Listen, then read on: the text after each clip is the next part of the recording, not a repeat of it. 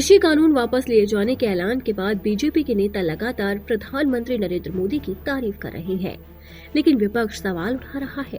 यहाँ तक कि किसानों को भी पीएम मोदी की बात पर भरोसा नहीं हो रहा।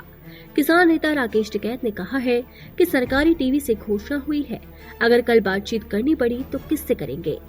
किसान नेता ने आगे कहा कि 750 किसान शहीद हुए, 10,000 मुकदमे हैं, बगैर बातचीत के कैसे चले जाए।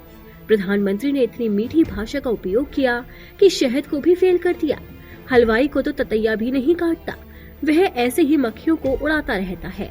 किसान नेता राकेश टिकैत ने कहा कि जो मीठी भाषा का इस्तेमाल हो रहा है उसको बातचीत में डाल दो। राकेश टिकैत ने कहा कि हमें भी प्रधानमंत्री ने एकदम से झटका मारा, अपने लोगों से भी वो सलाह नहीं लेते।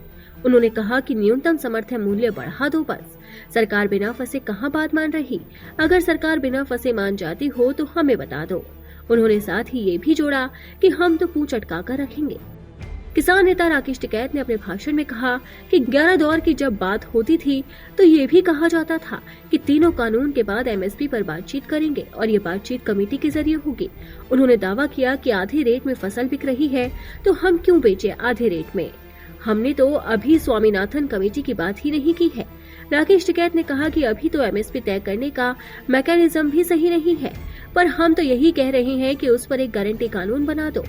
आपको बता दें कि बीते दिन प्रधानमंत्री नरेंद्र मोदी ने कहा था कि मैं आज देशवासियों से क्षमा मांगते हुए ये कहना चाहता हूं कि हमारी तपस्या में कोई कमी रह गई होगी। उन्होंने कहा कि कुछ किसान भाइयों को समझा नहीं पाए। आज गुरु नानक देव का पवित्र पर्व है, ये समय किसी को दोष देने का नहीं है। आज पूरे देश को ये बताने आया हूँ कि सरकार ने तीनों कृषि कानूनों को वापस लेने का फैसला किया है। इसी के साथ ही उन्होंने कहा कि इस महीने के अंत में तीनों कृषि कानूनों को वापस लेने की संवैधानिक प्रक्रिया शुरू कर देंगे। इसके साथ ही पीएम मोदी ने आंदोलन पर बैठे लोगों को प्रकाश पर्व पर अपने घर जाने की अपील भी की। अब पीएम मोदी तो लगातार किसानों से अपील कर रहे हैं, लेकिन देखना होगा कि अन्नदाता क्या फैसला लेते हैं। वैसे आज किसानों की एक बड़ी बैठक हुई थी, हालांकि इसमें पूरी तरह से रणनीति नहीं बन पाई है। अब किसान कल भी बैठक करेंगे और माना जा रहा है कि कल होने वाली बैठक में आगे की रणनीति तय होगी। किसानों का कहना है कि जब तक सरकार संसद में इस कानून को रद्द नहीं कर देती, वो किसी भी कीमत पर पीछे नहीं हटेंगे, क्योंकि उन्हें मोदी सरकार पर विश्वास नहीं है। और किसानों के हाँ में हाँ मिलाते हुए विपक्ष भी लगातार मोदी सरकार को घेर रहा है। विपक्ष का कहना है कि सरकार ने ये सब सिर्फ चुनावी वादों के लिए किया है।